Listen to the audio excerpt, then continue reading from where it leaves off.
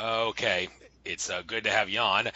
I, hmm, unfortunately, I noticed the picture of you and my little caption there is gone. I think that's my fault because I edited that out of my computer, but that's okay. They'll be Well, fine. are we doing a webcam or just audio here? This is just audio. It's just that it's also on CapricornRadio.com because I got sort of a promotion of sorts. They wanted me to come on that radio program, so having you on there, it's just that because I deleted the picture of you that I had saved in my computer, it's not coming up. But that's okay. People will find out what they look like when you look you up, and when I upload this to YouTube, I'll make sure I put the picture there. So we're Right. ready to Okay. rock and roll. Let's go till 8:06 p.m. Eastern, if possible. No news segment, full 2 hours. And I guess we'll start off with the Yeah. stuff all the way at the beginning. I was talking about where do we start? Oh yes, you, as an environmentalist, you are committed to leading the charge for the use of deuterium and helium-3 as a clean alternative fuel source for atomic reactors for generating electricity, as well as applications for interstellar space travel. And I wanted to talk about how you plan on using this kind of stuff at a down to earth level. And then after you talk about the down to earth stuff, then get into how you see into looking into this technology and environmental friendly stuff at a astronomical level, as in above the Earth's atmosphere for space travel and whatnot. So I'm sure you remember what you were talking about yesterday. So you got the floor on this, down to Earth and then above the atmosphere type kind of stuff, please. Yeah, I mean, when you're looking at what's happening on the planet right now, I mean, there are a lot of progressive movements and breakthroughs in solar and wind technology. And there's also breakthroughs in efficiency in how we use energy with LED lighting and more improved methods of heating.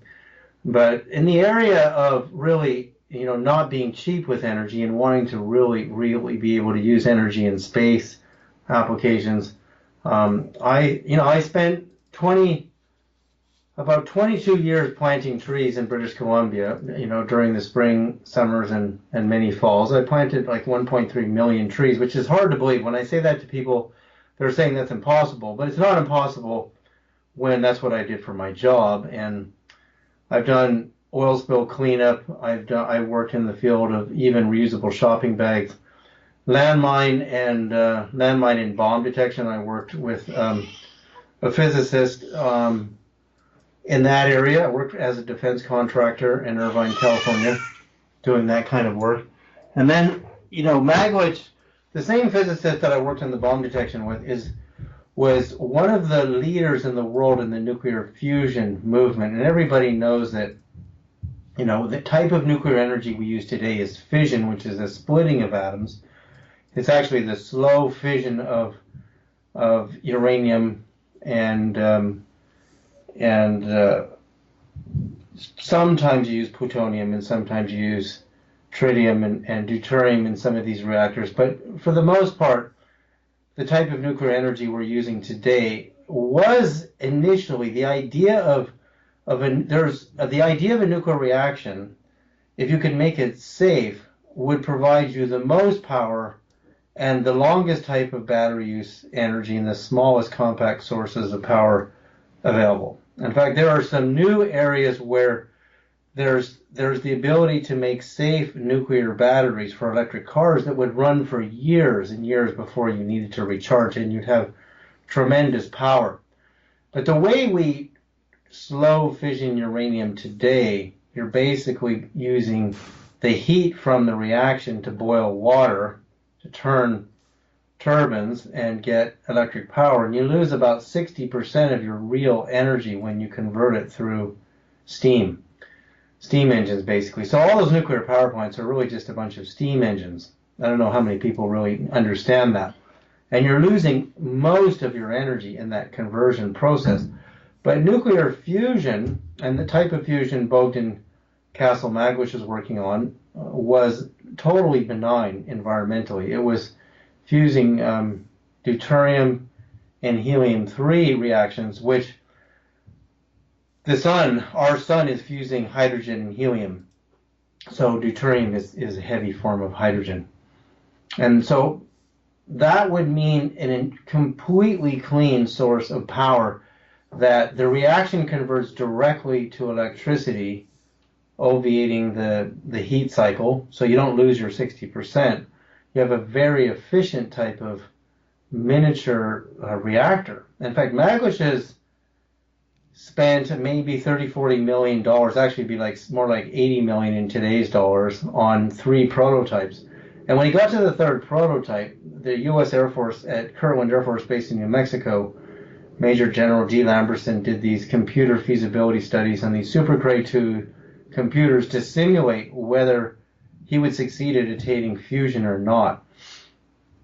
The results were classified by the Department of Defense because he would have succeeded according to the study.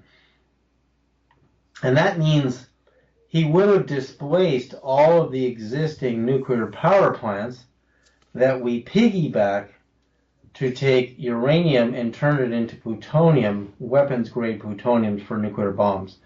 And you have to understand the process of having a reactor to breed weapons fuel out of uranium is so expensive that the Department of Defense piggybacks the utility industry and the nuclear power plant industry to get their weapons fuel. And they also need tritium, and tritium decays very fast because it has a half-life of 12.5 years. So every 12.5 years, half of the radioactivity is gone, and the tritium becomes weaker and weaker and weaker. Use tritium in hydrogen bombs, which are even more powerful than nuclear fission bombs. And the Russians were the winners in the nuclear arms race, and they detonated the Tsar bomb, and the Tsar bomb was so powerful as a hydrogen bomb. It was way beyond anything the United States had done at that time.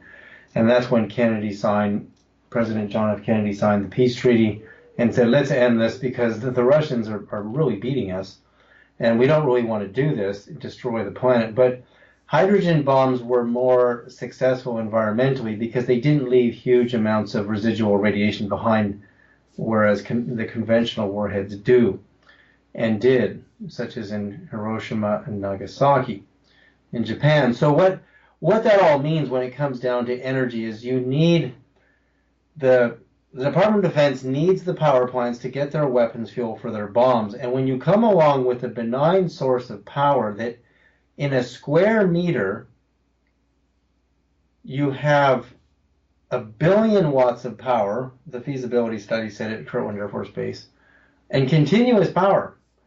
And at that time, Earl Van Landingham at NASA was just flipped out over this technology. He wanted it for NASA because he said, and I spoke with Earl. Earl was the head of all space access and technology for NASA. And he was basically tired of solar panels on the space station, and they still are today because you don't get a lot of power there. And he said there's a lot of experiments we want to work on in space that require a lot of power. We just can't get it out of all these panels floating in space, even today. So there you go. We can use our panels down here, and you can get a certain amount of power from the panel systems. And with Tesla Motors' new super batteries, your panels can be collecting sun all day and filling up these huge reservoirs, these battery reservoirs, and you can have power to last a week of cloudy weather. But what NASA really wanted was big power for big energy experiments, and they can't get it with the panels, so they're really stuck. And even the idea of going to Mars, we're really going to get into here in a minute, because this is really remarkable where this technology actually goes, the helium-3 fusion. So Earl's on the phone with me at NASA, and I'm working for the company for Magwitch, and I'm trying to find the money, big money. And Royal Dutch Shell threatens my life on the phone because Shell had already put 3 or 4 million of ancient dollars, those were 1980s dollars, which would be at least triple or quadruple that today in the value. They put that much into Magwitch, and they knew it would work because they read the feasibility study, and they didn't want it to happen. They just wanted to know it works, and then, we don't want anybody developing this thing. So they threatened my life on the phone. Don't pursue this any further. See, what happens, what Earl told me then was that we don't just want the power, the 1 billion watt power source that you can put into space, because it's a cubic meter of reaction space, Magwitch's fusion reactor. And nobody else in the world could touch Magwitch when it came to the 3 major criteria in fusion, which is the right temperature to fuse helium-3. You need 1 billion degrees, not convection heat, but ionic heat. and then you need these confinement times that Magwish had clobbered the World Fusion Program. The World Fusion Program is called Tokamak, which is a Russian design, and the United States government and the Russians and the Europeans had to put all their money together to keep funding this super, super expensive approach to heating up plasma in a donut toroidal chamber to try to attain the fusion of tritium and deuterium, which is radioactive. Tritium is radioactive, but it's not terribly radioactive, and it has a short half-life. So, but still, it's radioactive. I wouldn't call tritium-based fusion environmental by any means. But nevertheless, that's where all the money got monopolized in the world fusion movement. And Magwitch was begging for money. I spoke in the U.S. Congress in 1994 with him, an actor from L.A. Law, Harry Hamlin, and a whole bunch of physicists. And I was amazed when you were in Congress, in the House, and you're looking at most of the panel was missing that day. Al Gore was supposed to be there. He didn't even show up. I mean, you're talking about an MIT physicist with signatures from multiple Nobel laureates. Glenn Seaborg, who chaired the Atomic Energy Commission under Kennedy, Johnson, and Nixon, was a supporter of ours. And that's a whole story in itself. The Seaborg story will tie into the whole UFO world and Howard Hughes. So just remind me on that, because where I'm going is going to get really big here. So then anyway, Magwitch, we get turned down. Then it gets worse, that when we have investors that were interested, and I had many super wealthy people from Saudi Arabia and other places interested, the Department of Defense would have the U.S. Department of Energy tell that investor to stay away from Magwich's company. Do not put any money in this company or we'll basically destroy you. Because why? They don't want a non-radioactive power source destroying the utilities, free supply of weapons-grade plutonium bred inside of their nuclear power plants that we have all over the country and all over the world. So what that meant was that they knew that it would work because the U.S. Department of Air Force, the Air Force studies at Kirtland Air Force Base under Major General D. Lamberson said they would work. So we couldn't get the money. Years and years and years went by, and there was no way to get the money. And I went to Jane Fonda thinking, oh, she'll help me. And no way. I went to Robert Redford, asleep as a goose. You know, like these celebrities are so dumb. They only know what they read in the New York Times or Scientific American magazine. And they have no idea what these are major physicists that were behind this movement. So what we've done since the time of Tesla is we went from an age of where non-university educated people could invent things to change the world. The Wright brothers were not invented. They invented flight, but they weren't university scientists and engineers by any means. And in fact, Tesla was only educated at the college level in Yugoslavia. And back in the late 1800s, you couldn't even call an education in electrical engineering anything significant at that level. He's self-taught. Tesla was mostly self-taught, and he changed the world. He's the father of radio. The U.S. Supreme Court ruled June 21st, 1943, that Tesla, Solarov Lodge, and Stone were the fathers of radio. Marconi worked as a lab assistant for Tesla, and he stole his patents. He broadcast across the Atlantic and got all the credit for radio, but that was actually overruled in the courts. Tesla invented remote control, literally a form of solar power that works at nighttime. It's an apparatus for the utilization of radiant energy, works 24/7. Imagine a solar panel that works at night and the day. So, I mean, it's endless. The alternating current generators, the neon lighting, fluorescent lighting are all inventions of Tesla's. And on it goes. I mean, Tesla actually reported as in his early days of receiving radio signals that he was receiving an intelligent radio signal from Venus. And Venus is a huge area. I mean, I remember in the early days growing up, I'm 55 years old, born in 61, watching the Apollo missions. And I remember some of the earliest photographs of Venus, and in school they were showing us that Venus might be like Earth with oceans and clouds. And all of a sudden, Venus became this planet with sulfuric acid atmosphere, and the temperatures were way too high, and you would never even be able to breathe their atmosphere. But somehow, Tesla was receiving an intelligent signal from Venus. This is what he was saying. And that means his radio dish was pointed in the direction of Venus. And we don't know if it's one of the moonlets. Nobody knows if there's a way that another civilization has figured out how to survive. And we don't know if NASA is telling us the truth on the atmosphere. We just simply believe everything they tell us.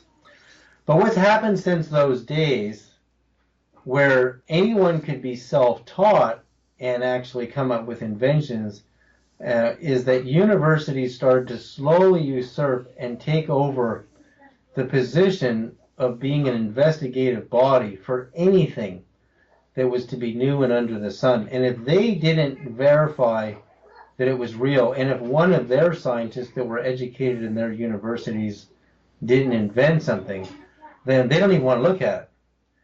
And that's where the big turning point is, where we went wrong. We went so wrong because you can go from Henry Ford's automation of the the automobile and the first super productive manufacturing of motor vehicles.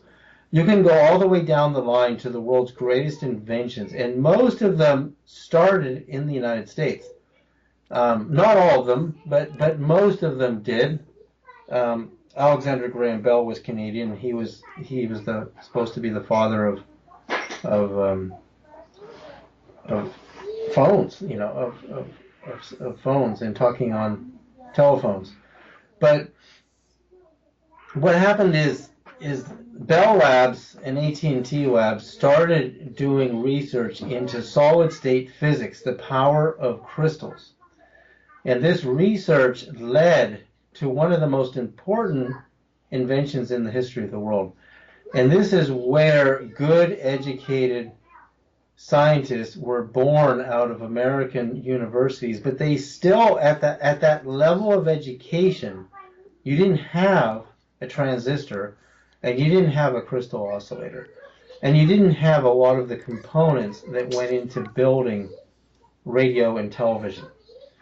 Those components were born after those, William Shockley, John Bardeen, and Will Bratton went and worked for the big labs, and Bell and AT&T Labs, and they put a lot of money, those companies, into studying the hidden properties of every element on the periodic table of elements to know what those elements could do. And this is where science made a huge leap forward. And I remember when the first transistor radios came out, Will Shockley, John Bardeen, and Bratton won the Nobel Prize many years later. The transistor, which is basically, in those days, was a mini amplifier to take a very weak signal from a radio and amplify it so you could really hear it. In the early days, you couldn't hear anything on the radio. There was no way to hear because it was too scratchy and the signal was too weak, and you needed something to amplify the signal. And they used tubes for a while in the early days, and then they got to crystals. And when they started discovering how powerful quartz crystal is, and silica and germanium crystal, basically the entire world changed. Everything you're using today, the internet, your liquid crystal display, your phone, everything is running on quartz crystals. Everything is powered by those little transistor amplifiers. Transistors are used as gates, and then you have crystal oscillators made out of quartz, which generate frequencies that you send all this information across. So everything changed because of the study of the properties of crystals. And one of our businesses at davidsereda.net is that I literally studied the properties of crystals in the human body and how we could affect the energy system and the aura of the body and the psychic system of the body by increasing its energy. In the same way, you couldn't hear a radio signal very far in the early days with tubes as amplifiers. When we went to crystals, suddenly you could hear very, very distant broadcasts of radio. And now you can hear radio transmissions and use the internet, which is all crystal technology, and over amazing distances because of the ability of crystals to amplify. So I became interested in, what would happen if you could take crystals and interface them with the body.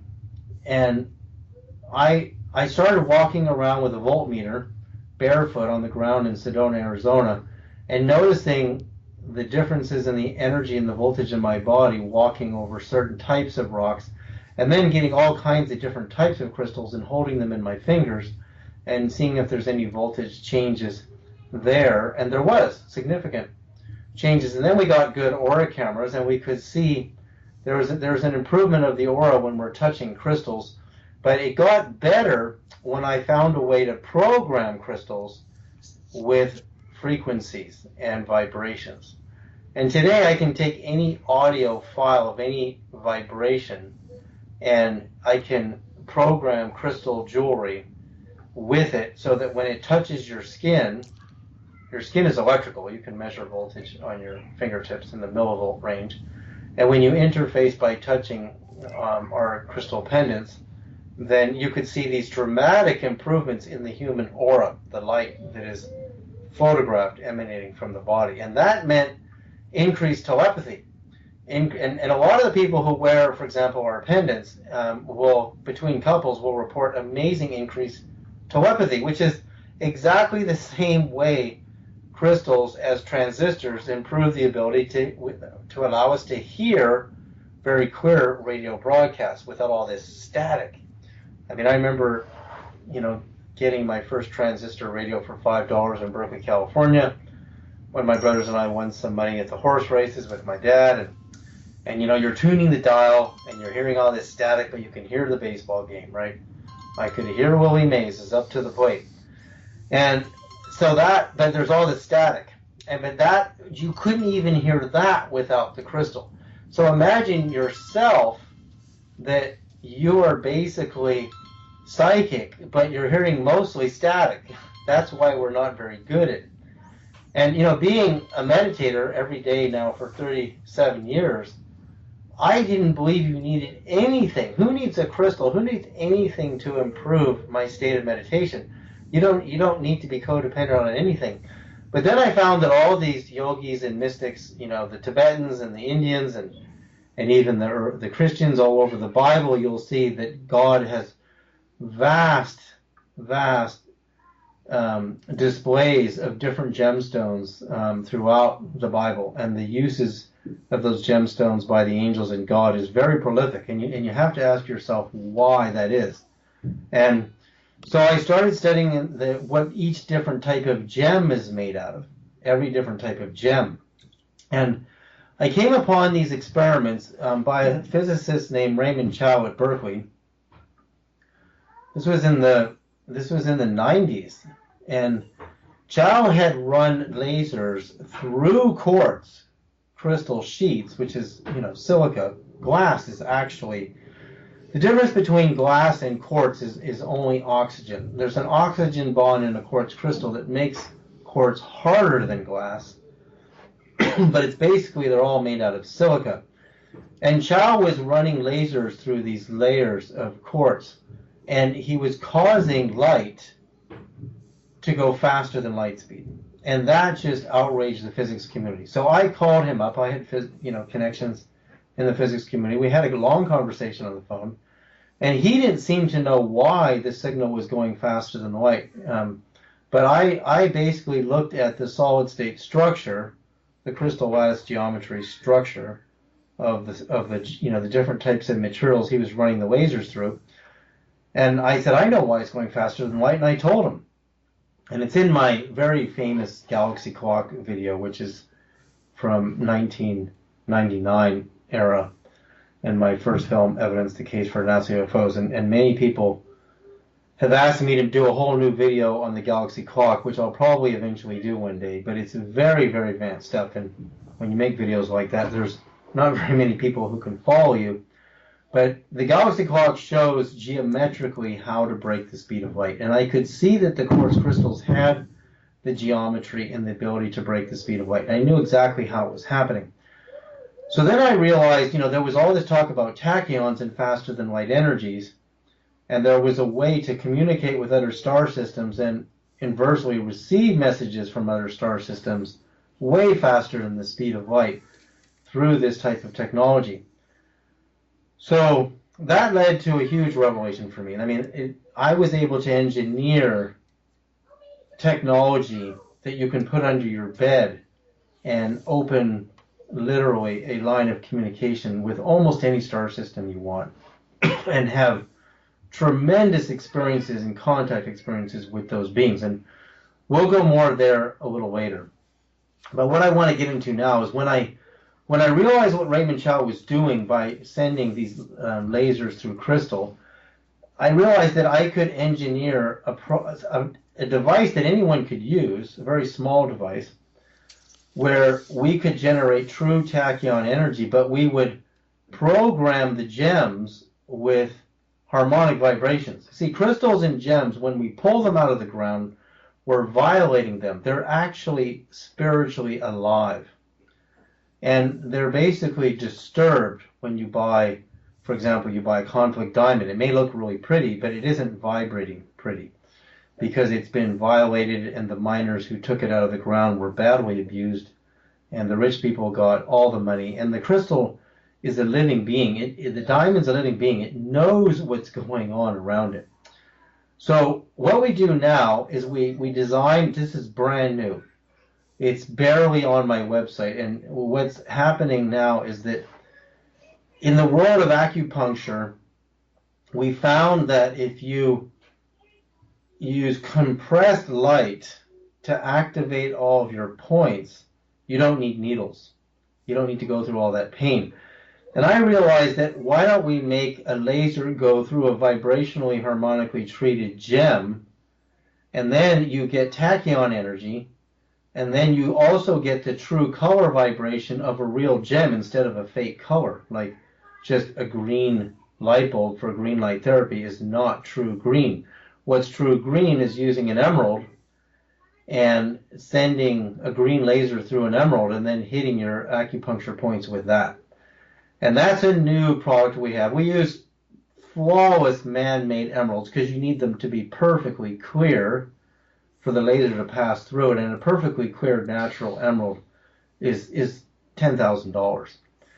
And I realize nobody's going to be able to do this with emerald and ruby because emeralds and rubies are too expensive. But my jewelers confirmed to me that the Germans are so good at making rubies and sapphires and emeralds that you can't tell the difference under a microscope between a natural flawless one, which is super expensive, and a man-made one. They're actually truly those materials. So what we have are these now these pen light lasers that are attached to this pure silver cap that slides over your pen light laser, and then the laser goes through the gem that's been vibrationally treated with our technology, and you can activate all of your acupuncture points with true emerald, ruby, sapphire, real amethyst, real topaz, real gold and citrine. There's some of the gems that we use are real.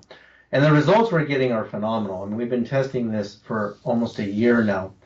And I can't even believe some of the stuff that's happening with this. I mean, you can truly activate your pineal gland by pointing one of our devices onto your third eye region. And these things they'll last 100 years or more, because when your pen laser wears out, you just slide it out and put a new pen laser in, and you still have your ruby or your emerald silver cap that slides over it that's been treated with the technology. So, the reason I'm talking about this stuff is, one, I want you to get it because it's going to retune your nervous system to have real gem light and real vibrational energy in your nervous system through the light wave, but also because with every revelation, there's always an invention or something that you can benefit from and get out of it.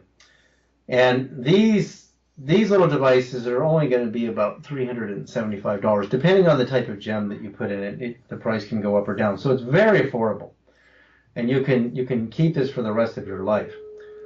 So just go to davidsereda.net or write me at davidsereda@hotmail.com to get yourself one of those. But what comes out of any revelation in consciousness or inventions. And that's what we're talking about here. We're talking about nuclear fusion and how it would change the world. You see, you can't learn that in a university because they don't know how to create fusion in a university. You can't learn how to build an airplane in a university before there was an airplane. The Wright brothers just were self-taught and did it on their own. And it's the same thing with everything. The universities only know what we currently know. They don't teach you how to creative insight. They don't teach you how to go to the next level. That's up to you to develop the means of expanding your consciousness to go to the next level. And that's what my whole life has been about. In my sessions where I vibrate my body through these coils, the mantra coils that are on my website, you can put the frequencies of a distant star system through those coils into your body. I've been able to have direct contact experiences with the Pleiadians and with Sirians and with Arcturians. And what they're sharing with me and how to build the next level of technology is utterly astounding. It's utterly astounding. Are you there? Yeah, I'm always going to be on mute whenever you're talking, so Okay, so I just wanted to do a check to make sure that, because I was wondering if I was talking and there's nobody there. oh no, by all means, I'm going to be here. I wouldn't step away. Certainly not with the fascinating stuff you're talking about. You're certainly grabbing my attention in regards to contacting ETs and all that, because I'm hearing you say things like, whoa, you can tune in with the frequencies of these people. I'm sure a lot of people are hearing this and say, whoa, I want to do this too. How do you know what frequency you got to turn into to contact a specific race using the devices that you're referring to? How do you do it? How do you know what the frequency is? Do you speak to them Well, through some other means or something else? I'll show you exactly how to do it. See, we are beings of Earth frequency and our sun frequencies and our 9-planet frequencies because we live in this harmonic of our 9-planet system. And basically, the frequency of Earth is where humans dream. We dream in theta brainwaves, and Tesla is 7.83, and Schumann's Tesla is 7.83 hertz. Is not a fixed number. It actually oscillates depending on where you are on the planet. But all you do is you take the speed of light, divide that by the circumference of Earth, and the circumference of the Earth at the equator gives you about 7.45 something hertz. So it's a little lower in frequency than Tesla got, but Tesla is measuring it in Colorado, where the distance around the Earth is much shorter than it is at the equator.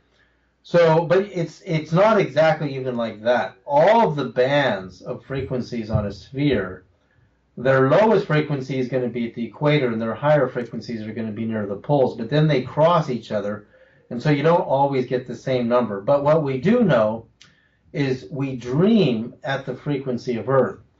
And we basically collectively dream through an astral sort of plane web, an internet of minds, because we're all tuned to the frequency of Earth.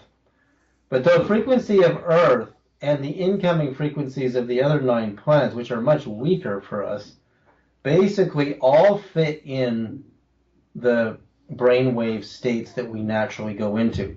So when we're in deep, deep dreamless sleep, which children are much better at than adults, we're in delta. And the delta planets are Jupiter, Saturn, Uranus, and Neptune. Those wavelengths are all, and I calculated these to 15 decimal points of accuracy based on NASA's exact radius of those planets. And then you scale the frequencies up the sides of the spheres. And Mars is basically, it's an alpha planet, so it's a high focus, and Mercury is super high alpha beta, so it's actually just under 20 hertz. And the interesting thing about Mercury is it's the closest planet to the sun, and it's the frequency where humans start to hear, 20 hertz. And when Mercury goes retrograde behind the sun 4 times a year, we lose contact with that 20 hertz transmitter, so we lose our high focus brain, which is why everybody goes whacked out when Mercury's in retrograde, because you can't focus and hold a focus. It's almost like everybody's ADD, and everything tends to kind of go out of whack. So that's kind of proof that the planets are actually providing us the 5 different bandwidths of brainwaves. And when you get up into moons, all the moons are up into the gamma part of the brain, the upper part of the brain. And that's why when the moon is full, you can't sleep because it's pulling on the upper part of the brain, which is the waking part of the brain, you see. So when I measured all the moons and the planets, and I realized, like one day, this was just recently, last year, when NASA was sent, the satellite was passing by Pluto, and just before it got to Pluto, I decided to put the Pluto frequencies through the mantra coil under the bed, and you can actually see those coils. They're wound at Great Pyramid angle. They're vortex coils that are mounted on big panels and even smaller ones, and I make them myself, and they're basically a piece of hardware. It's not terribly expensive to make, but the frequencies that come with them, which is the frequencies of the 9 planets, the Great Pyramid frequencies, infinities, golden ratio frequencies, there's a whole menu. You control the frequencies from your iPad. The iPad connects to a stereo tube amplifier, which sends the vibrations into the coil, and the coil transmits them out into your body through underneath the bed or even beside the bed. And so I was pulsing my body with the frequencies of Pluto, and very quickly, it didn't take long, I was falling asleep, and I saw Pluto from outside the solar system looking back towards the sun, and I could see it had an atmosphere. And I said, that's impossible. Pluto's an ice ball. I can't have an atmosphere. And I woke up, and I said, it must be a mistake.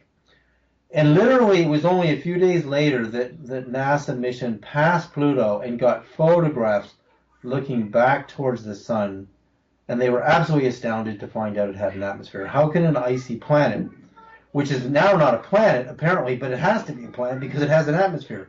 An ice ball can't have an atmosphere. So the fact that Pluto has an atmosphere means it has to be a planet again, and nobody has recorrected that since it happened. But the point is, I saw it with perfect clarity by inducting, using electrical inductance through my coil, transmitting frequencies from a coil to my DNA, and then me having the remote viewing of Pluto, and it being perfectly accurate. So then I realized it's absolutely certain that all these other experiences I'd had years before, they all made sense. You see, if NASA knows the radius, which they do, of 5 Palladian suns, over 400 light years from Earth, you can calculate the frequencies of all those suns at their equators and scale them up the size of the spheres, and then you just pulse your body with those frequencies and you start to tune to the frequencies of Pleiades. And that's how you dream with Palladians. But I didn't just dream with Palladians, I've had them standing holographically right in front of me.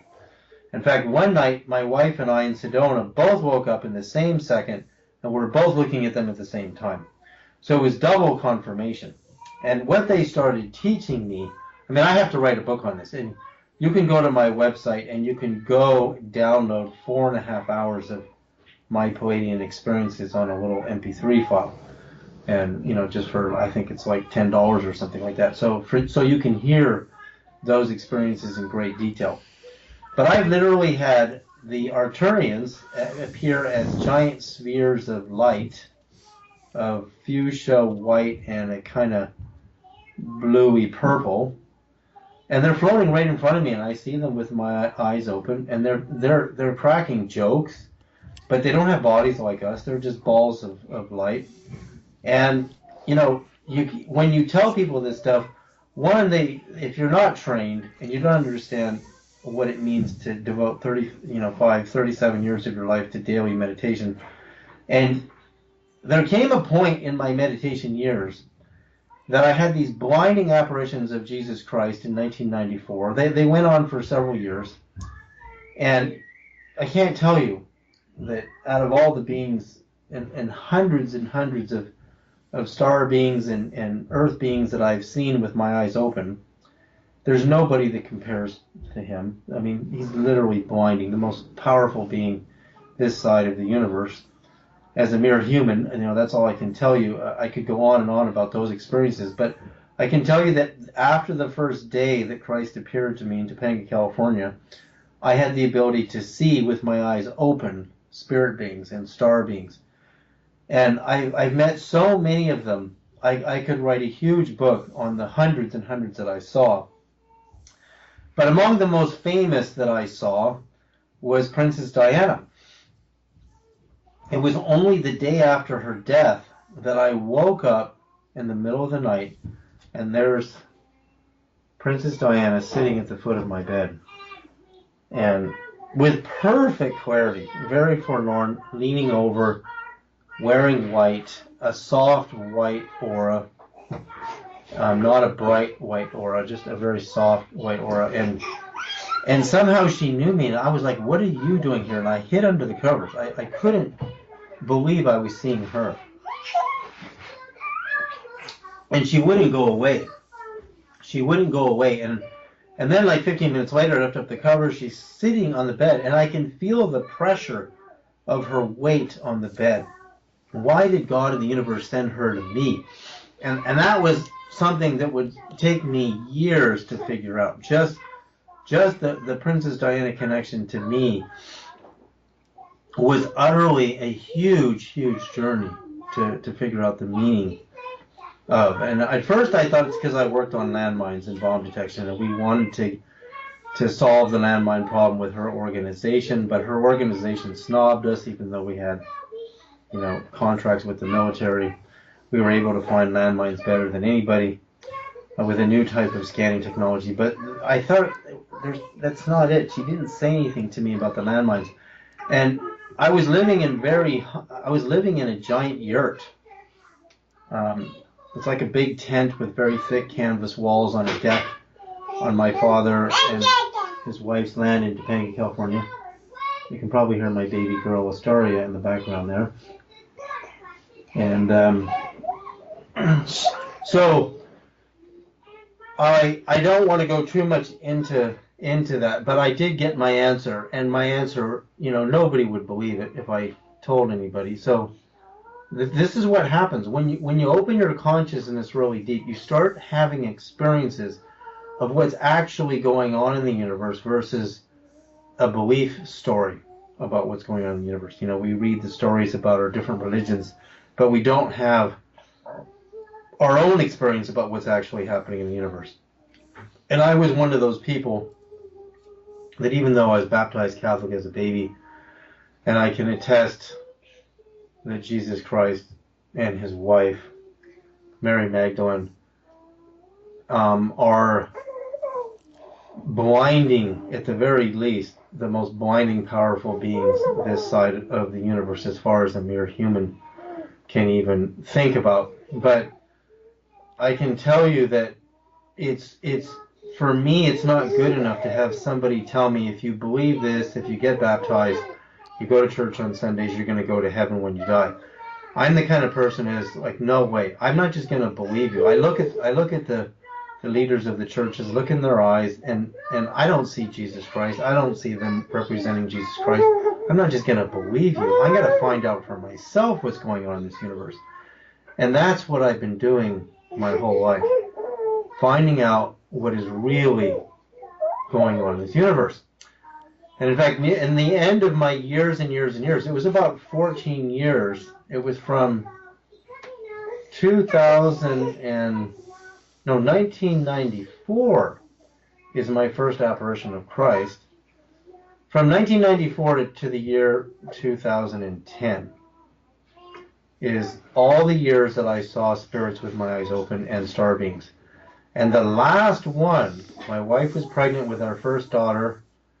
Everyone says we were going to have a boy. All these psychics said we were going to have a boy in Sedona. And one night I saw this little girl beside the bed with this really bright light, like amazingly bright light. I've seen hundreds of ghosts.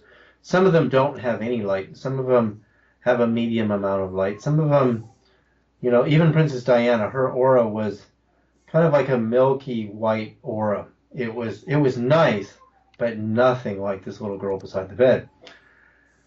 And sure enough, we had a daughter, a Lyra, not a boy. And just as I saw beside the bed, and it's her. I can look at my daughter today, who's almost 6 years old, and it's the same girl who was beside the bed, and the same personality. She laughs, and she's got this wild sense of humor. But that was closure. You see, she's the last spirit I ever saw. I didn't need to see any more. I saw hundreds, and I've seen beings from other star systems.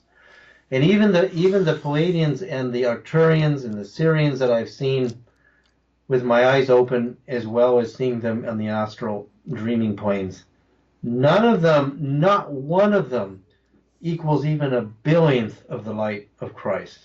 Not even a billionth. So who is this being, Christ? Who could possibly be so powerful that to look upon I fell flat on my face. I looked, oh my God, you can't look anymore. It's not just how physically bright the light is. It's blinding love, blinding ecstasy, blinding peace, peace, peace, blinding wisdom, blinding graces.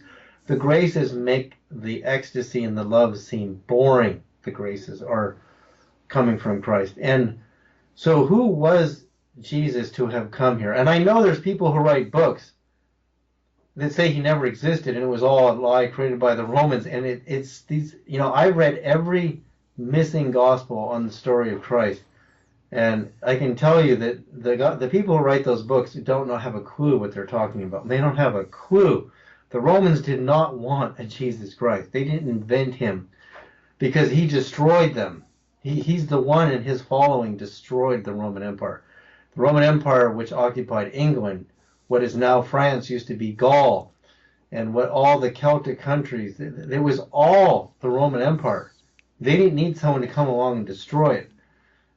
He single-handedly, with his faith and the birth of Christianity, destroyed the Roman Empire. So in regards to the ETs and the star beings, there are many of them. When I was 7 years old in Berkeley, California, in 1968, I saw a flying saucer, and all of us saw it that day for a long time. And then they started appearing in my dreams. They're Palladians. They showed me how their spacecraft worked. Nobody's interested in that stuff and how it works because why? They're only interested in what universities tell you is real today. There's no such thing as being self-taught anymore. And I think you're going to see the end of massive breakthroughs in technology. I mean, you may call the internet a massive breakthrough in technology, but the transistor was born in 1947, the same year as the Roswell incident. Try and figure out how that happened. You're not going to see a massive breakthrough in technology unless you accept telecommunication and telepathy from star beings. Because even John Nash, the great American physicist, in the movie Beautiful Mind, if you read the book, he was not schizophrenic. He's schizophrenic by our understanding because we don't understand that kind of communication. We can't accept an interdimensional universe, a multidimensional universe, as he could accept. So we drug people like that and tell them they're messed up. But meanwhile, he's one of the best mathematicians in the history of the world. And what he could have received as a download could have taken the human race to another level, but we couldn't accept it because we say you can't do that in the universities. You can't do that. We have to drug you and say that, you're wrong, but yet how did you figure out all these math problems that nobody else could figure out? And the answer is that we need to open a new area in our universities to the cosmos and to learn how to accept these downloads of communication that are coming in that are trying to teach us how to go to the next level. And we can't go to the next level. We're destroying this planet. Even with our solar panels, we're still destroying this planet. And we haven't learned how to go to the next level, which is anti-gravity, zero-point energy, and beyond. And that's where most of my work is focusing on today. Most of my work is giving people devices to heal themselves. We have the pendants. We have wands that transmit Rife frequencies and other frequencies far better than any Rife machine out there because we use real tourmaline crystal in the core of our transmitter, real rubies in the transmitter, and we have a way bigger magnetic field on the Lightstream wands. And my coils are a means of not only healing the body and retuning the nervous system with very balancing frequencies, but also an opportunity to creative insight with beings beyond Earth and to help to get answers. You see, if we had all the answers down here, then we would say, oh, you don't need to go out there. feather star beings to see how they did it. But when you see a UFO with your own eyes, you want to talk to them. You want to say, how did you do that? We can't do that. We can't levitate stones. We can't levitate a flying saucer and go build a house on the top of a mountain. Instead, we have to build a road and build the road all the way up the mountain, or you make a gondola and you take a gondola and go all the way up the mountain, which we just did in Banff, Alberta, my wife and daughters and I. You don't even need that gondola when you have a flying saucer. But see, we, first of all, can't see it's happening right in front of us because our university scientists can't understand how it's happening right in front of us, so they say it's not happening right in front of us.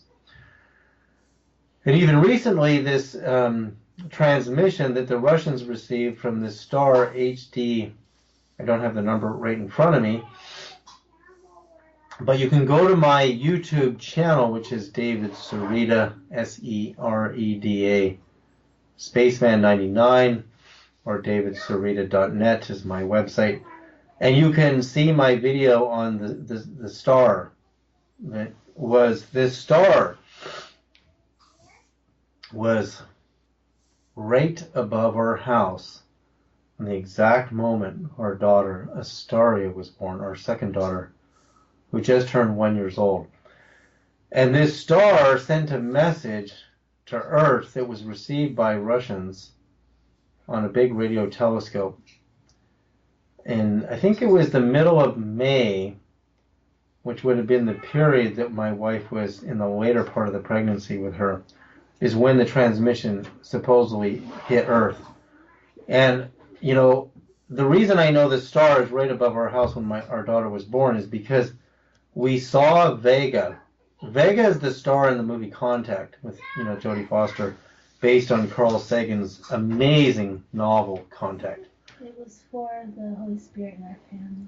And we feel that the star sent this transmission through the Holy Spirit and our family as a sign and a message and an energy and an imprint at the exact moment during the birth. Because the birth, the star, which is right next to Vega, you can just hold your thumb and you'll see this star where the transmission came from is right next to Vega. And I really believe there's a connection, you know, personally, and my wife does too, for our family, because there we were when she was born, which is over, you know, a year ago. September 11th actually is our daughter's birthday. And I'm looking up, and there's this star right above our house, and I get my star finder out, and that's Vega, which is one of the brighter stars in the night sky. And I first said, well, you know, Vega, how, you know, we're calling her name is Astaria, music of the stars, a star being, Astaria. And it's right there. It's so incredible how these things happen. And then a year later, you know, we're coming up to her first birthday, and we see there's this video on YouTube, and not just videos, very well researched documents that show that in the book of Revelation in the Bible, the end of the Bible, the last books of the Bible, there is a parabolic map that shows you the configuration of the heavens and the stars and the moon and Venus, and tells you the real birth date of Christ. And the real birth date of Christ is 9/11, September 11th. And it is so clear through using these star map softwares that configuration only happens in the year, I think it's 3 BC on September 11th, and that we took that number and converted it into meaning emergency, so that you could never accept if researchers told you, and I'm not the one who invented this, you can look online, 9/11 is Christ's birthday. And it's really well proven that Christmas is really the solstice, the birth of the new sun in the new year, as the earth goes around the sun once a year, and you go through your aphelion and perihelion, and you come to the end of the winter solstice, and then the beginning of the new year is December 25th. And the real birth date of Christ is September 11th. And we didn't know that when we got pregnant. We didn't know that actually when our daughter was born, September 11th. All we knew was, oh my God, it's September 11th. And a year later, it's actually less than a year later, somebody sent us some information about September 11th being the true birthday of Christ. So with that, we're seeing that in order for the human race to go to the next level, I really believe we need a deep healing in our bodies, in our nervous systems, in our hearts, in our minds, and that can be attained through meditation. We have been given the clue to decode the Great Pyramid and the hidden and lost music scale of the Great Pyramid. And we have a book out called God's Great Pyramid on my website at davidsereda.net. It's right on the front page. And there's absolute mathematical proof, very simple math. I mean, if you took math in high school, addition, multiplication, and division, it's all you need to read this book. You will have absolute proof who the real designer of the Great Pyramid is, and which is God, and the Great Pyramid's music scale, which is God's music scale. I have a video on YouTube called the Scale of Life, the Lost Scale, and you can see the tone testing, the audio tone testing of our music scale distorts, the 432 scale distorts, the 444 scale distorts, the solfeggio tones distort, and the pyramid scale, which is God's music scale, is perfect. And this is what we meditate to, these tones. In the Gospel of the Egyptians, one of the lost Christian Gospels that the Romans and the old ancient, some of the Jews that were against Jesus, it wasn't actually all Jews that used to be against Jesus. There were huge populations of Jews in the old world. In fact, I'm probably part Jewish.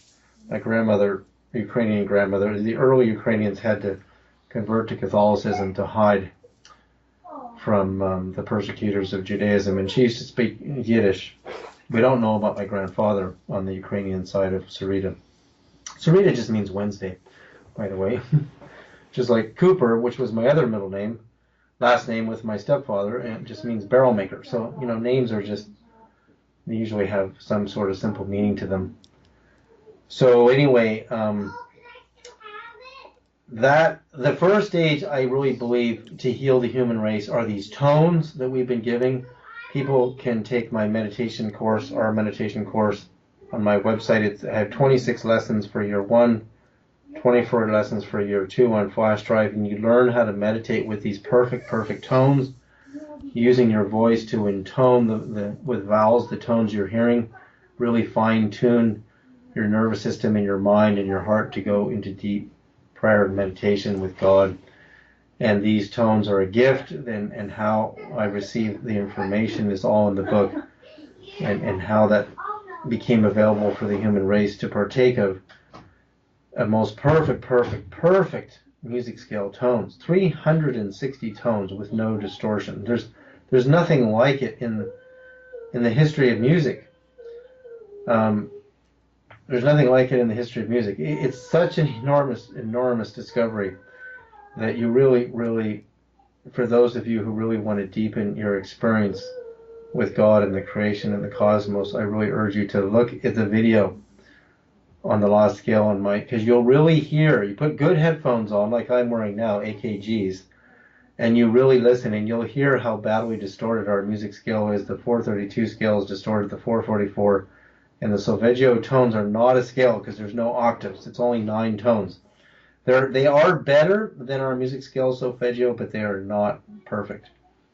What are perfect are the pyramid tones, which are truly God's scale. We know from the book of Psalms in the Bible that there is a 10-string lyre that was created by God, and this scale is a 10-tone scale with 12 octaves. So you get 120 tones per scale. There's a mid-scale, a minor, and a major scale, giving you 360 tones, just as there are 360 degrees in a circle. And the 360 degrees in a circle comes from the 360 plus days that it takes our planet to revolve around our sun.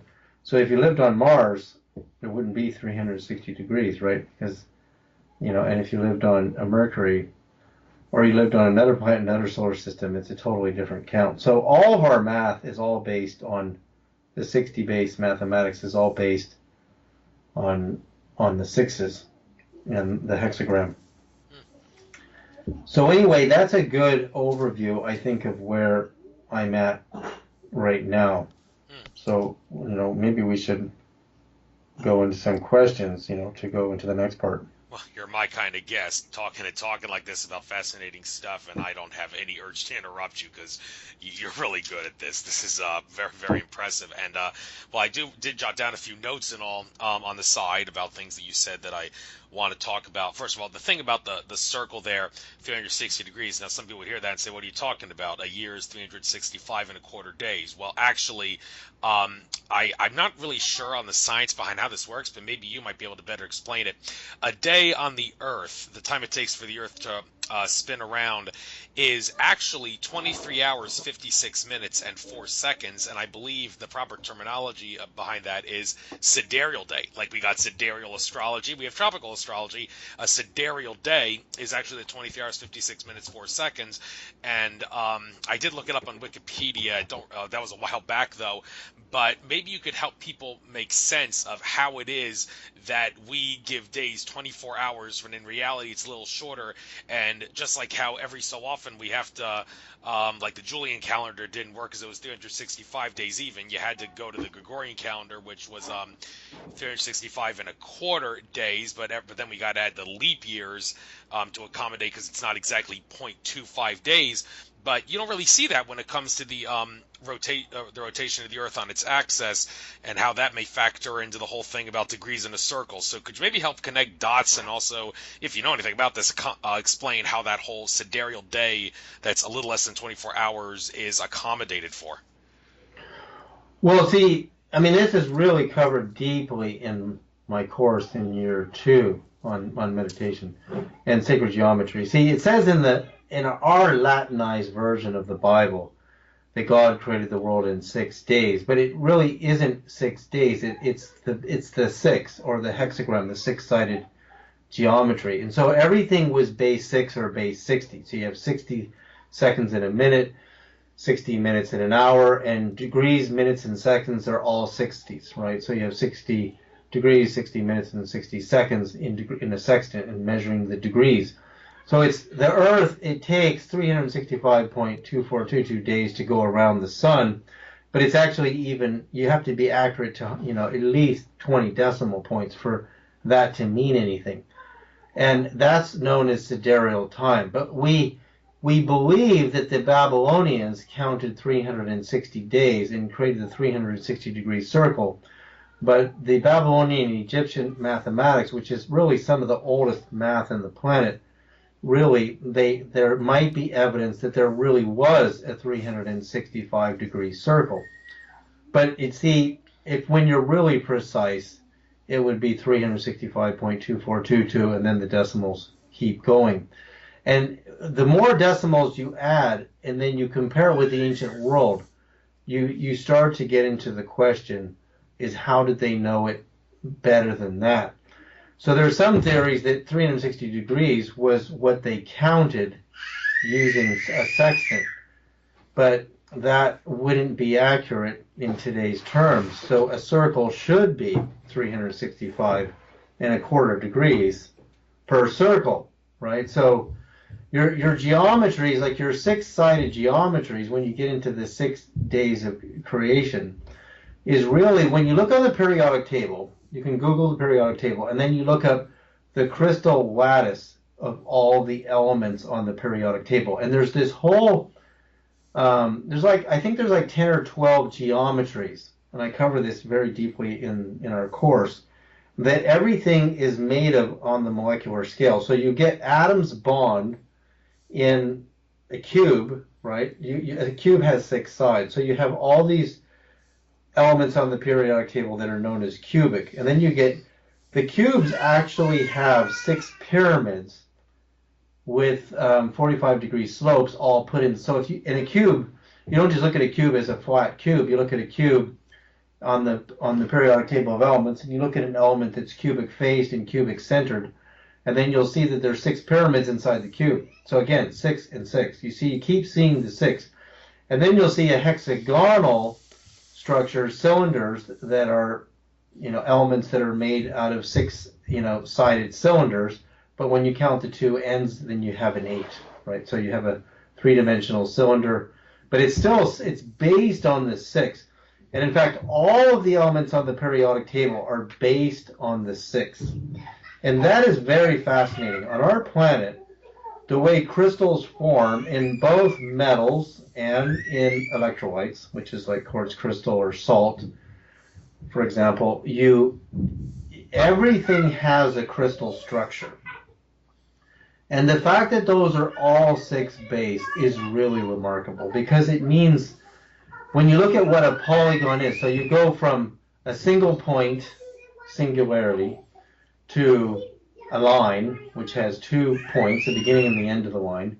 And then as soon as you go to 3 points, you have a triangle. And the triangle is really the first angular geometry, right? Because a line is not really a geometry.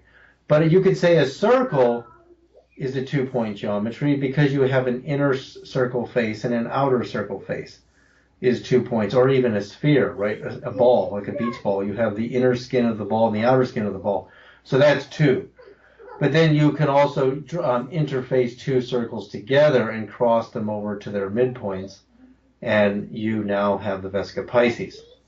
And then from 3 you go to 4-sided geometry, and then you go to 5, the pentagon, and you go to 6, the hexagon, and the septagon, 7-pointed geometries. And I mean, I'm doing huge work in this area on the human brain. I mean, this is enormous for the human brain. There's a book that a Russian mystic named Gurdjieff wrote about his experiences with a legendary, highly controversial being in the Bible named Beelzebub. And Beelzebub, a traditional, uneducated Christian would say, well, Beelzebub is the devil. But no, that is not what Beelzebub is. Beelzebub basically gets thrown in the category of unknown, possibly someone who is associated with the devil. They don't know. So because they don't know who Beelzebub is, they basically don't want you reading about him. But Beelzebub meets with this Russian mystic Gurdjieff, and Gurdjieff is told the whole story of the creation of the earth, the angels, and the fallen angels by Beelzebub. And Beelzebub shows him how humans are caught in duality because they have a bi-audio cortex. The brain has 2 hemispheres. It has a bi-audio cortex, so it hears left and right hemisphere. But it's also stuck in dual consciousness, meaning either or. Everything's either or. See, when I met Christ, the first thing Christ showed me, blinding like thousands of suns, is most Christians actually got this wrong. God says in the book of Genesis, never take in the knowledge of good and evil, for in the day you do, you will die. But then most Christians say, oh, it was good that we took in the knowledge of good and evil because we can distinguish between good and evil. And like, what do you mean? I say to my church, educators, what do you mean? Are you saying you're taking the side of the devil? Because the devil... Oh my God, my daughter climbed up the stairs all by herself. And she's only 1. Oh my God. The devil is the one who tempted Eve. And this is symbolic to taking the knowledge of good and evil. Yet most Christians today think it's a good thing we took in the knowledge of good and evil, which means you're actually taking the side of the devil. You don't even know you're doing that. What Christ told me is, when we took in the knowledge of good and evil, our brains became split into either or polarity matrices, which means we can't see things wholly. We see things divided. And basically, what happens is, as an ego, you can say this is good and this is bad, or I agree it should be this way and not that way. And if you're the only person in the world, you'll get along with yourself really well. But anybody who knows that humans get into arguments every day, that's because you disagree on what is good and what is bad. Or should I do this or should I do that? No, let's do this. No, I don't want it that way. I want it this way. That's your brain. Your brain has 2 hemispheres. It's processing left and right. and it's processing data differently than your neighbor. So you naturally would disagree, you naturally would argue, and you would naturally even take a single religion and divide it hundreds of times, which is why you have so many different sects of Christianity, hundreds of sects of Buddhism and Hinduism and Judaism, and on it goes. Everybody's fighting because everybody thinks they're right and the other guy's wrong. That's the poison. You see, Jesus said in Matthew, if thine eye be single, thy whole body shall be filled with light. Light happens in the mind. You become illuminated when you end the conflict within you. When you end the conflict within you over good and evil, you're at peace. And when you're at peace, you're not capable of violence.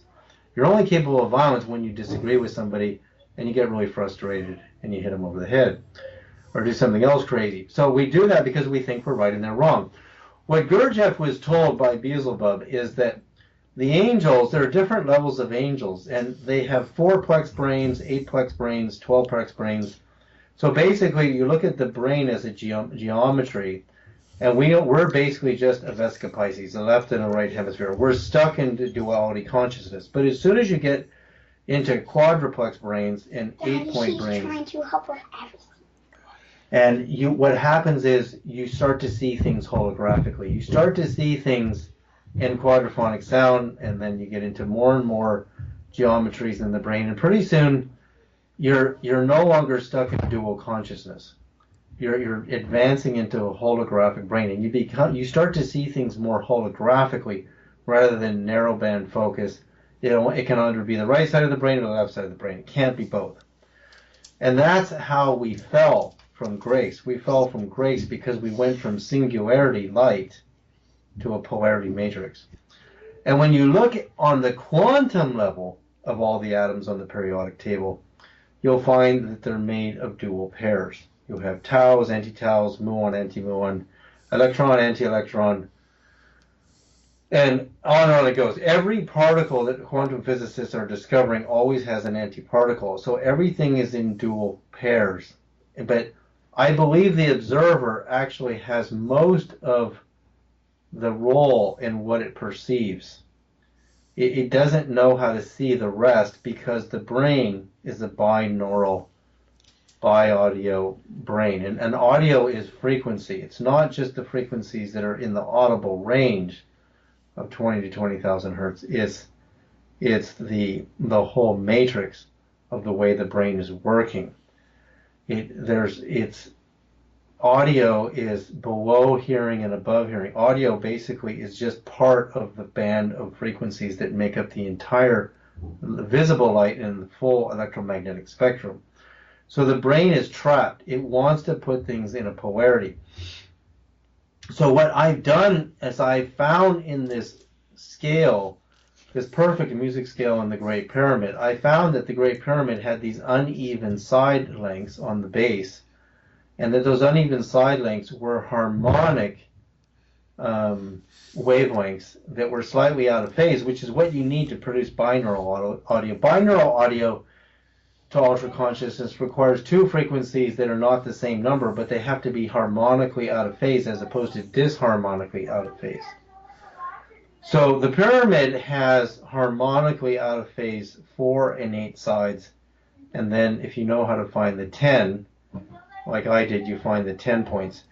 And that what it does is when you play a harmonically out of phase waves in fours, is when you listen to that, your brain starts to develop more nodes because the sound is breathing. The waves crash into each other, they cancel each other out, and you hear a silence, and they slowly start vibrating again, they expand, and then they slowly contract, and they cancel each other out. And you have this beautiful breathing, spinning wave when they're harmonically out of phase. If they were disharmonically out of phase, it would just be pure chaos. But I found the math in the Great Pyramid proved it to be harmonically out of phase. And if you go on my YouTube channel, Spaceman99, David Sereda, you can see a video called The Sound of the Sun Miracle, and you'll see near the end I start to demonstrate some of this, because when we play the sound of our sun, which is the local logos vibration of our local solar system, it does the same thing. It breathes, it pulses, and then it collapses. Then it pulses and it collapses. And I believe the secret to nuclear fusion, the missing secret, is the organization of the frequencies that in the magnetic field in the fusion generator. And I've had some lengthy conversations with Magwitch. Magwitch is now very old. I don't know how much longer he's going to be with us, but he's definitely given me. I spent enough time with him that I know how his fusion machine works, and I know how to make it continue if anybody was ever interested in actually funding it. But I believe the way the sun is producing fusion, it's not just about cramming heating up a plasma and putting a bunch of fuel in there and hoping it fuses.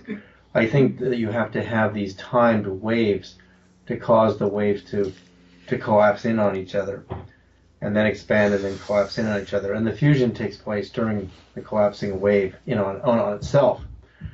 So this is very sophisticated stuff. I mean, I know I'm talking at a level here that's probably over a lot of people's heads, but basically the more you study what nature is doing, and you study Zayev, the Great Pyramid, mathematics, and the wavelengths, you start to see that whoever designed it and built it was no king, and it isn't a king. There's absolute proof of that. So that's where I believe we could head. We could head into the direction of attaining nuclear fusion, and very small. I mean, Magwitch dreamed of very small devices that literally are so small that you could fit them under the hood of a car and run your car on deuterium and helium-3 fuel for 10 years before you needed another batch of fuel. And it turns out moon dust is the greatest inventory in the solar system for helium-3. 9 grams of helium-3 has the energy equivalent of 1,000 barrels of crude oil. 9 grams of the stuff. So where are we spending our time and our money and our resources now? It's all about oil. All we care about is our cars, making them nicer, and just, we're not really interested in improving the energy situation. We're destroying this planet rapidly, and we don't seem to be, we're more interested in making more devices to run on energy. Solar energy is going to buy us more time as well as wind, but it still doesn't compare to the automobiles that are devouring so much fuel on the planet and putting so many greenhouse gases into the atmosphere. And I really believe the answers that we're looking for can be solved and found in these sessions that I've been doing with the Palladians. They have shown me very clearly that yes, there's a lot of energy in nuclear fuels that are sitting right in your soil, but the way you fission it and boil water is not the way we do it. We do it a completely different way, and they showed me how they do it. They can even come to Earth and take a piece of uranium, and they can use it to power their craft and the drive, but they don't fission it. It's a whole different process. And the process involves using heavy ions as propulsion. And they told me that the most primitive way, the way they did it in the early years, which they don't use anymore, but the way we could do it, is we could cause the uranium to release its ion. And an ion is a charged particle. It's basically an atom with an extra electron, positive or negative electron. And Earl Van Anningham at NASA told me that the charged particle ions coming out of Magwitch's reactor could send a spacecraft up to a tenth the speed of light. So I called Magwitch and told him about this recently, and he said, that doesn't make sense, he said, because helium ions are so light. And as propellant mass firing out of the back of the drive, yeah, they'd fire out of the back of the drive at a tenth the speed of light, but they don't have enough mass. So they would accelerate a spacecraft incredibly slowly, slow acceleration to that speed. But Magwitch said, what you really want are heavy ions. And I said, that's interesting, because that's what the Palladians told me. I didn't tell him that, but that's what I was thinking. And he showed me how you could engineer a mission to Mars and get there incredibly fast using uranium heavy ions, because once you release an ion off the uranium, and it fires out the back of the drive at incredible speed, but it's heavy, so it, as propellant mass fuel, it sends the spacecraft in the opposite direction at tremendous speed. So we could get to Mars in no time.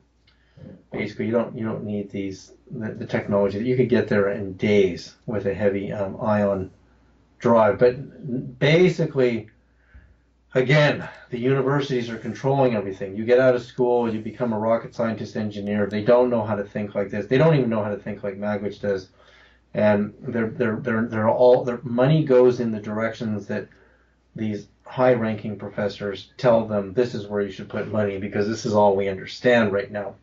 So huge amounts of money get wasted, and I believe even Elon Musk at Tesla is heading in the wrong direction there on his mission to Mars. But for the most primitive way the ETs got off the rock was to use heavy ion propulsion systems. And to ionize, it's not hard to do this at all. It's not hard to do it, but it just has to be a new focus and a new direction in propulsion.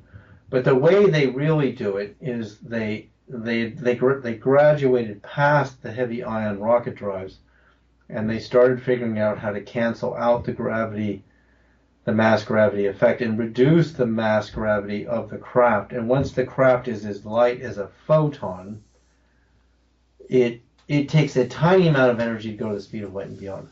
Because if you don't weigh anything, it doesn't take any energy to move something around that doesn't weigh anything, right? So once your spacecraft is as light as light, a couple of volts and you'll be going the speed of light. And then if you know how to wave compress, then you can go much, much faster than the speed of light. So yeah, with that, now Seaborg, I want to go back to Glenn Seaborg and Howard Hughes, because I've talked about this before, but I knew Seaborg personally through Magwitch, and I spent some time with him. And when I mentioned Howard Hughes to him, he started shaking. He got so mad. He said, damn him. He almost ended our nuclear weapons program, because Howard Hughes was... I knew John Meyer, and Meyer wanted me to write his biography. Meyer was an executive running for the President of the United States who was very close to Howard Hughes. And Myers told me that Hughes was bribing presidential candidates in the election $1 million if they would end the atomic testing in Nevada. But what you don't know about Howard Hughes is an aviation master. Why he left his good life in Los Angeles to move to the desert in Las Vegas is not what you were taught. Howard Hughes was taken by the Department of Defense to Area 51 to see the ETs and to see the craft, and he was taken there to have his best engineers reverse engineer the technology.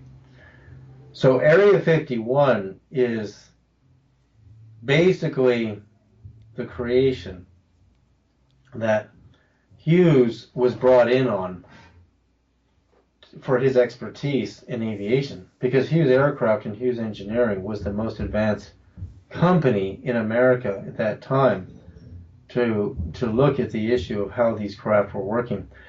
And Meyer told me in person that there was nothing wrong with Howard Hughes. That was an actor they had in there. He saw him all the time. Hughes was out at Area 51. He was on the base, and they had an actor in there to make it look like he was dying and he had gone insane. And it's not sure what happened to the real Howard Hughes. But what I know, Seaborg was furious that Hughes was going to end atomic testing, and Hughes wanted to end atomic testing, and he was going to fund Magwitch in his early years when he was very young. And Magwitch was about to get a check from Hughes, and Hughes disappeared, and we're told he died, but that's just all fake.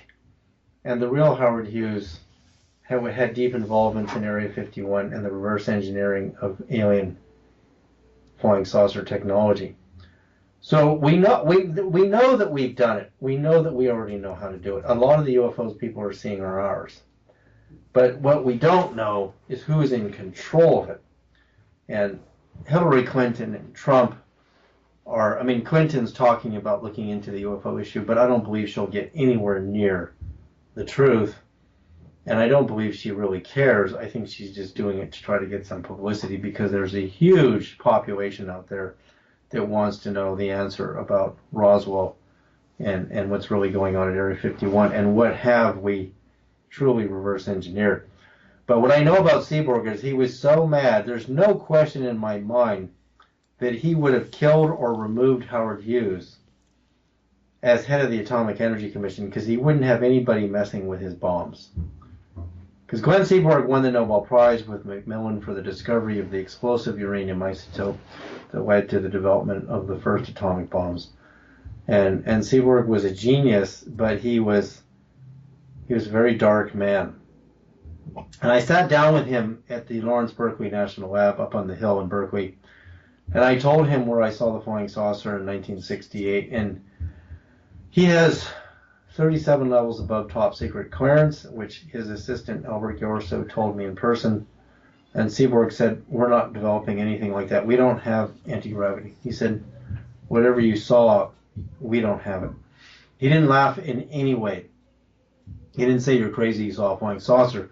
And in fact, some years later, somebody who works at the Space Lab right there told me at a UFO conference, he showed me, I work on the Space Lab at the Lawrence Berkeley National Lab, and he said in 1972 we all saw a flying saucer out the window.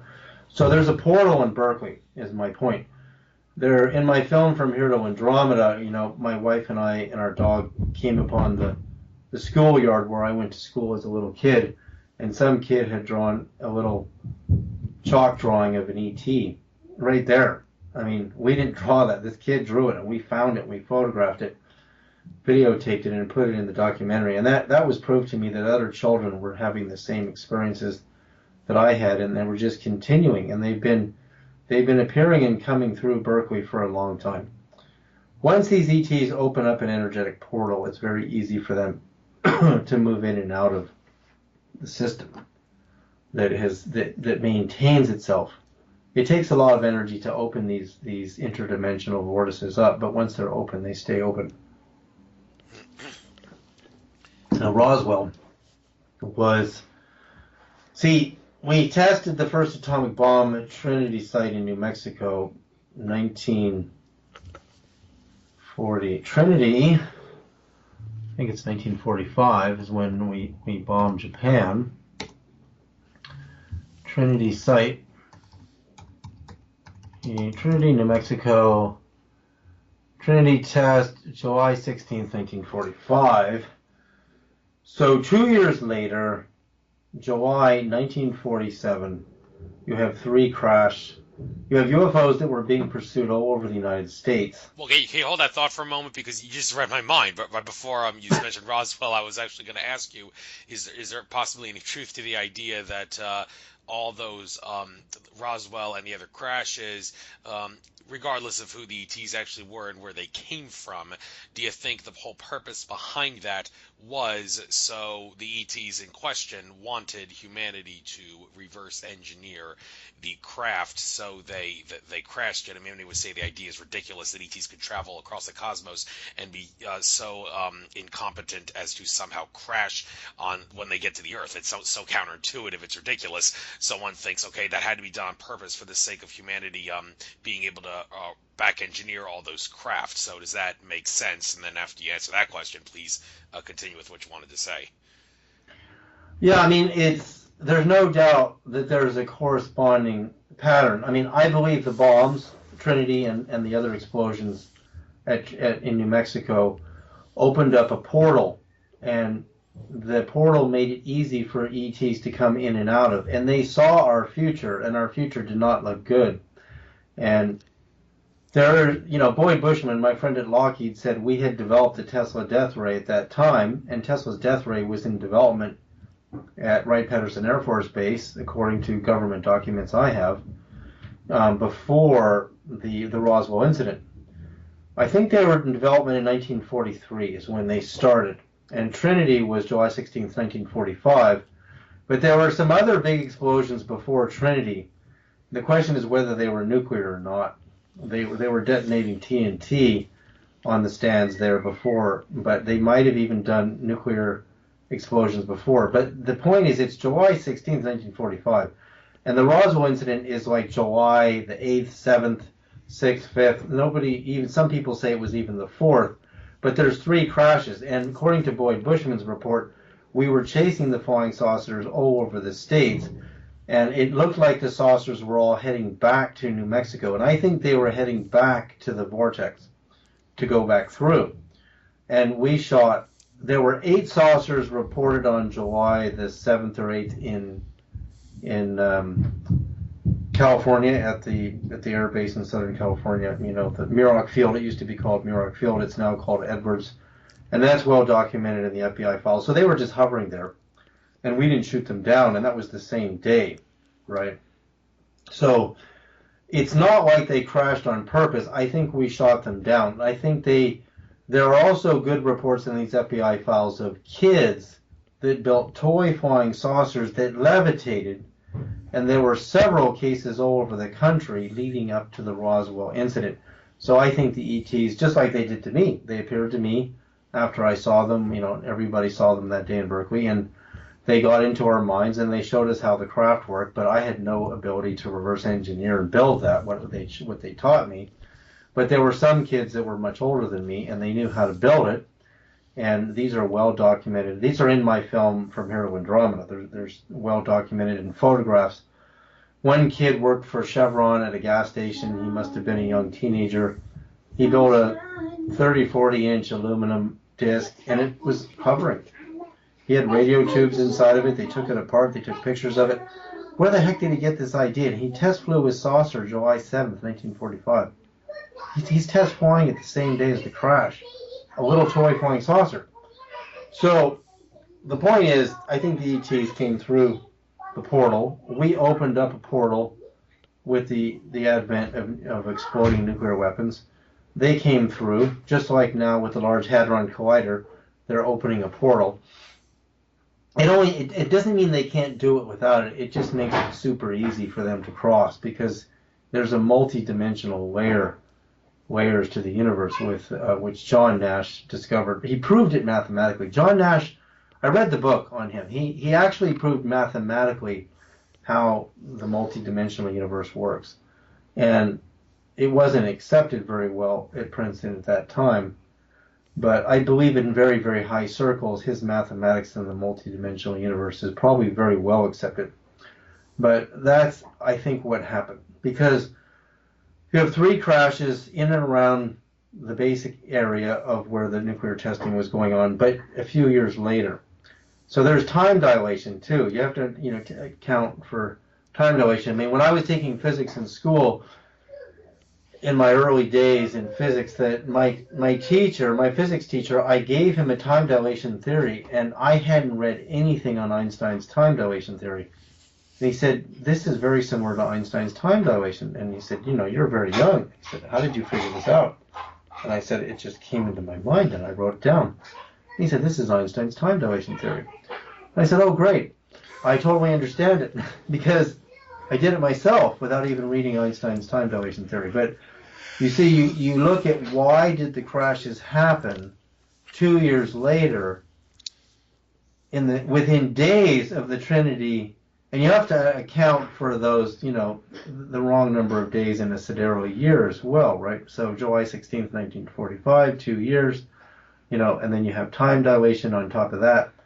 It's very interesting. I mean, I think this would make an incredible Spielberg movie to show what really happened. We set off these bombs. It opens up a wormhole.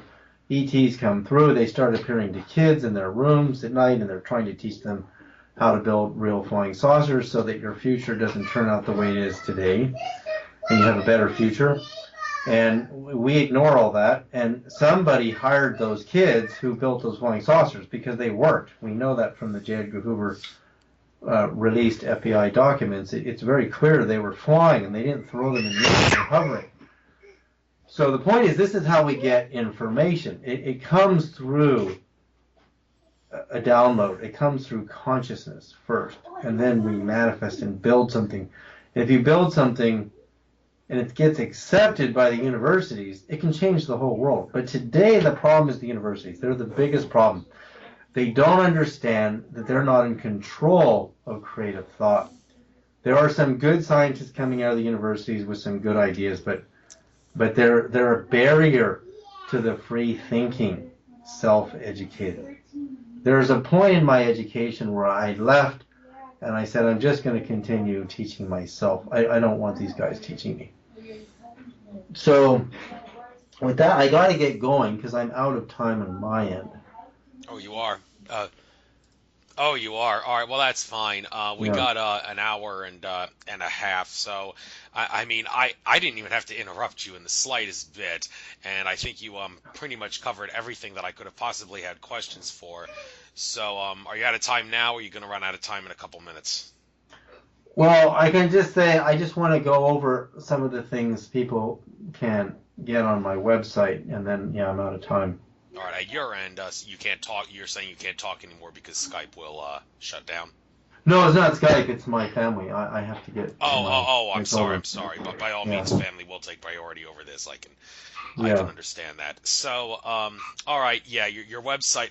I wanted to maybe get your website up to help use as a guide, but the problem is your website had some background music, and because of the Capricorn Radio thing, I couldn't have that playing in the background. So, if anybody else wanted to do a show with you, if there's any way they know how to turn that sound off, why don't you tell that for anybody who wants to do a show? If there's no way to do that, then they may not be able to use your site as a guide while they're doing a show, but I looked at your site. It has some very fascinating stuff, and there's no way you're just doing it for the money. Anybody who says that needs a kick in the pants. Because No,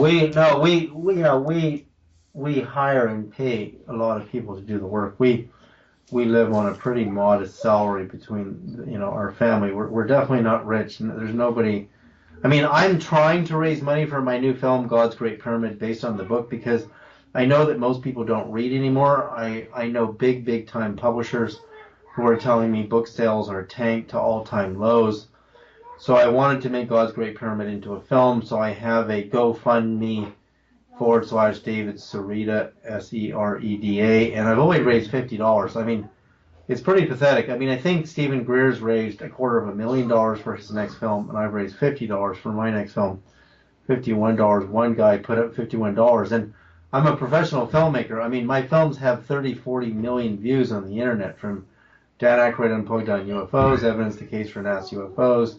Quantum Communication got renamed by hackers. People hacked my DVD, put it up on their site, monetized their channel, and they're playing my film, renamed all kinds of things, and it's probably had close to 40 million views. And those, in order for me to make more films, I need to put it up free on YouTube, but I'm not going to work for free for a whole year, which is what it takes to make a good film and do all the special effects and the editing and the scoring, and then just give it away the internet because I'm not rich. We're not rich.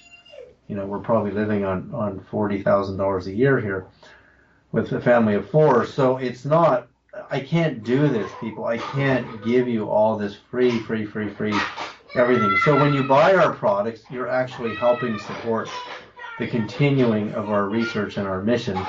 But I urge you to read God's Great Pyramid, get one of my pendants, our pendants to reharmonize your nervous system, and our wands, the Lightstream wands, are for healing the body and for tuning the body, and the coils, the mantra coils, can really clear out all the Wi-Fi pollution in your house as well as give you some deeper experiences.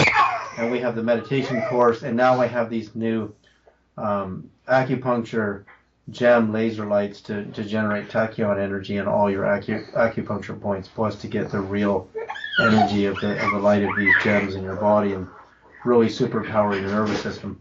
And we also have my colloidal silver gold, which we make colloidal silver gold elixir with harmonic frequencies, whereas most people just make it with a 12-volt car battery. So we're putting real harmonic information inside the electric wave that generates the colloidal silver, and that stuff is the same price you pay for it anywhere else. It's in the health product section of our website. I like to sing too. All right, thanks a lot. By the way, I'm sure a lot of people who listen to My this. wife wants to sing a song. She's a singer. I don't know if you'd be open to hearing. Oh, by all means, I, that's all right. I was just going to say a lot of people may be making comments about how they could hear your family in the background, but that's not. But the important thing is we were still able to hear you, so that wasn't oh a yeah. problem. So yeah, your wife is more than welcome to sing, by all means. Here she is. Introduce yourself. There's the microphone you're talking into. Hi there. How This you is doing? Crystal Sereda. How are you? I'm Andrew. I'm doing great. Glad to have you on. I'd like to hear your voice. Yeah, I just wanted to sing a song that we're just working on right now. It's not fully finished, but I thought it was in love for what's happening with the star, and also it was a blessing for to say through the Holy Spirit that we love our children. Sunshine, baby, sunshine, girls, sunshine in our lives. Sunshine, baby, sunshine, girls, sunshine. You are the light, you are the sun, you are the Holy Spirit of our love. You are the light, you are the sun, shining brightly. Oh, ooh, ooh, ooh,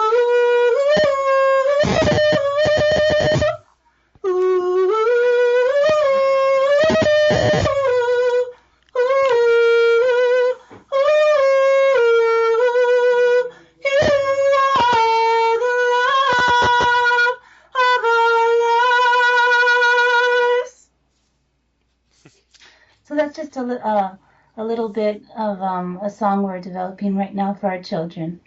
That was beautiful. I don't know if it was the fact that you were singing so high. There was a little like buzzing there. If that's your Oh, there high was. voice, Okay, I wasn't aware of that. that's all right. If that's your voice causing that, then more power to you. It just shows you have a beautiful singing voice. That's all the all the more prominent and all the more worth listening to. That was great. It's not very often I get a lot of music on my show. Some people ask me, why don't you have Oh, a theme song for your show? And I tell them, because my show is designed to get out information. I don't have time for no stinking theme song. Well, I'm sure I'm glad I had some time to stick that song at the end of this show. That was a great way to end it. well, Loved it. thank you. I appreciate it too. Hmm. Thank you very much. And good luck Okay. to you and David and everything else that you're doing. Okay, thanks for having us on. You're welcome. Take care now. Bye bye. Bye.